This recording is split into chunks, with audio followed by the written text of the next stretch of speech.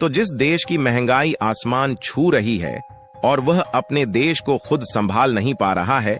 अब उस देश ने भी भारत को औकात दिखाते हुए भारत से पंगा लेना शुरू कर दिया है। आज हम बात कर रहे हैं पाकिस्तान के साथ अच्छे संबंध रखने वाले तुर्की देश की, जिनकी तरफ से हाल ही में भारत के खिलाफ आज तक का सबसे बड़ा फैसला लिया जा चुका है। और हाल ही में खबर निकल कर आ रही है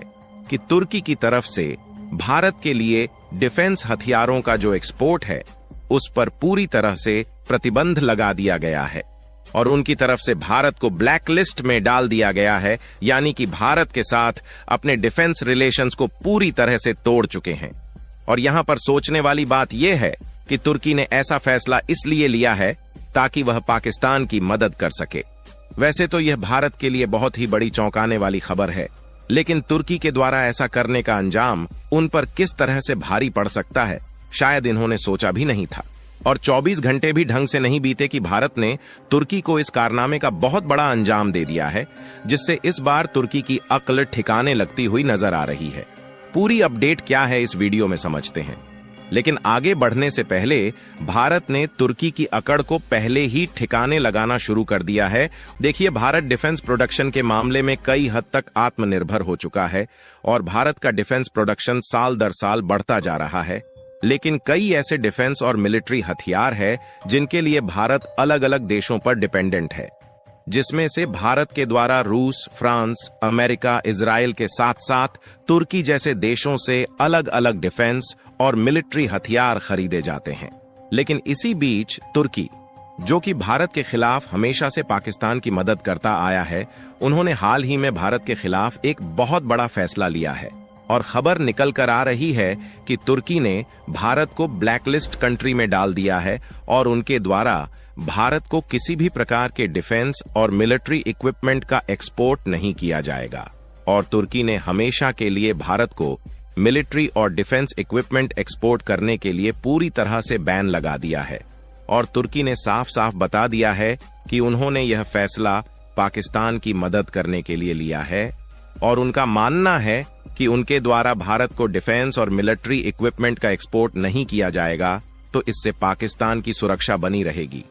वैसे तो यह भारत के लिए सोचने वाली बात है कि जो देश खुद की देश की महंगाई नहीं कंट्रोल कर पा रहा है और वहां की जनता खाने के लिए तरस रही है, वह भारत जैसे देशों से दोस्ती बनाने के बजाय पाकिस्तान के कहे सुने में आकर पंगा ले रहा है। और वह भी हद तो तब हो गई जब तुर्की भारत जैसे देश से पंगा ले रहा है, जो कि दिन पर दिन पावरफुल होता जा रहा है। यहां तक कि आज के समय में भारत की पहुंच इतनी ज्यादा बढ़ गई है कि जापान, यूके और अमेरिका जैसे देश भी भारत से पंगा लेने में कई बार सोचते हैं। और भारत से पंगा लेने का अंजाम तुर्की को किस तरह से भारी पड़ सकता है, तुर्की को अभी से ही पता चलना शुरू हो चुका है। क्योंकि देखा जाए तो आज के समय में भारत दुनिया का सबसे बड़ा डिफेंस और मिलिट्री इक्विपमेंट खरीदने वाला देश माना जाता है। और भारत ने पिछले 4-5 सालों में इतने ज्यादा हथियारों को दूसरे देशों से खरीदा है कि पिछले कई सालों के रिकॉर्ड टूट गए हैं। क्योंकि आंकड़े बताते हैं कि दुनिया के सभी देशों के द्वारा खरीदे जाने वाले कुल हथियारों में से 10% हिस्सा अकेले भारत खरीदता है।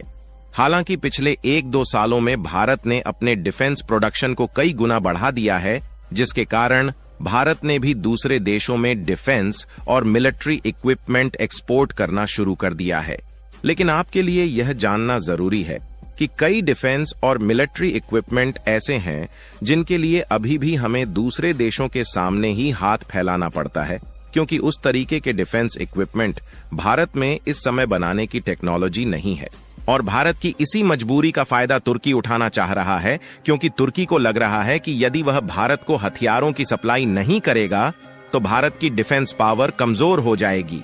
लेकिन तुर्की शायद यह भूल चुका है कि भारत अब पहले की तरह नहीं रह गया, बल्कि भारत ज्यादातर डिफेंस हथियारों को खुद तो प्रोड्यूस कर ही रहा है। साथ ही भारत के पास रूस, फ्रांस, जर्मनी और अमेरिका जैसे देश का साथ है,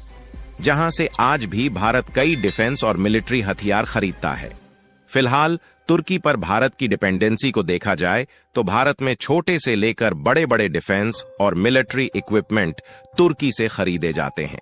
जिसमें सबसे ज्यादा राइफल, विस्फोटक और तोपखाने से लेकर ड्रोन्स और बड़े बड़े आर्म्ड व्हीकल को भी तुर्की से भारत में खरीद कर लाया जाता है। हालांकि इसके अलावा ताकतवर डिफेंस हथियारों को बनाने में इलेक्ट्रॉनिक रडार और जो नेटवर्किंग कंपोनेंट इस्तेमाल होते हैं, उनको भी भारत ज्यादातर तुर्की से ही खरीदता है। यानी कि एक हिसाब से कहा जा सकता है कि भारत और तुर्की दोनों देशों के बीच डिफेंस और मिलिट्री इक्विपमेंट को लेकर एक काफी अच्छी साझेदारी है। लेकिन जब इसी बीच यह स्टेटमेंट निकल कर आता है कि Turkey imposes blanket ban on defence export to India in favour of Pakistan,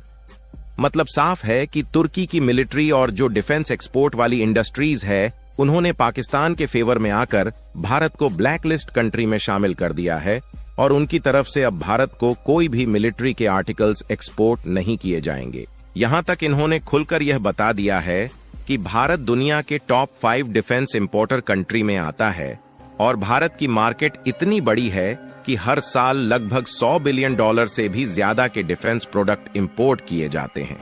लेकिन उसके बावजूद भी इनकी फ्रेंडशिप पाकिस्तान के साथ काफी ज्यादा है, इसलिए पाकिस्तान के दुश्मन देश भारत को डिफेंस एक्सपोर्ट के लिए ब्लैकलिस्ट कंट्री में शामिल कर दिए हैं। यहां तक कि इन्होंने इसका भी फैसला ले लिया है कि आने वाले समय में भी उनकी किसी भी डिफेंस प्रोडक्शन कंपनी को अप्रूवल नहीं दिया जाएगा जो कि भारत को डिफेंस प्रोडक्ट एक्सपोर्ट करना चाहती है। और इसके अपोजिट साइड देखा जाए तो तुर्की 5th जनरेशन वाले जो फाइटर जेट बना रहा है, उसमें पाकिस्तान को पार्टनरशिप के रूप में शामिल किया जा रहा है। वैसे तो जब भारत को यह खबर मालूम पड़ती है तो शुरुआत में भारत को भी इससे बहुत बड़ा झटका लगता है कि तुर्की जैसा देश जो खुद की अर्थव्यवस्था नहीं संभाल पा रहा है और वहां की महंगाई आसमान छू रही है, फिर भी वह भारत को धमकियां दे रहा है। लेकिन उनके द्वारा यह फैसला लिए ढंग से 24 घंटे भी नहीं बीते कि भारत ने ऐसी रणनीतियां रची कि तुर्की भारत के सामने झुकने पर मजबूर हो गया। और यह खबर कुछ ही घंटे पहले निकल कर आ रही है कि तुर्की की गवर्नमेंट की तरफ से इस न्यूज को फेक करार दिया जा रहा है और तुर्की का कहना है कि उनकी गवर्नमेंट की तरफ से इस तरीके के कोई भी फैसले नहीं लिए गए, बल्कि यह स्टेटमेंट उनकी पार्लियामेंट की तरफ से दिया गया है। और यहां पर देखा जाए तो तुर्की के पास इस न्यूज को फेक बताने के अलावा कोई भी ऑप्शन नहीं था, क्योंकि तुर्की की पार्लियामेंट की तरफ से ऐसा बयान तो दे दिया गया, लेकिन तुर्की इसको भारत में पूरी तरह से लागू नहीं कर पाया, क्योंकि तुर्की को बाद में यह बात मालूम हुई कि भारत ने अप्रैल के महीने में तुर्की को शिप बिल्डिंग के कॉन्ट्रैक्ट से बाहर निकाल करके बहुत बड़ा झटका दिया था। और यदि तुर्की ऐसा करता है तो भारत तुर्की के खिलाफ फुल एक्शन में आ सकता है। बाकी आपको क्या लगता है कि तुर्की जिस तरह से तेवर दिखाने की कोशिश कर रहा है, उससे भारत को डिफेंस के मामले में अपनी निर्भरता तुर्की से कम करनी चाहिए या फिर नहीं,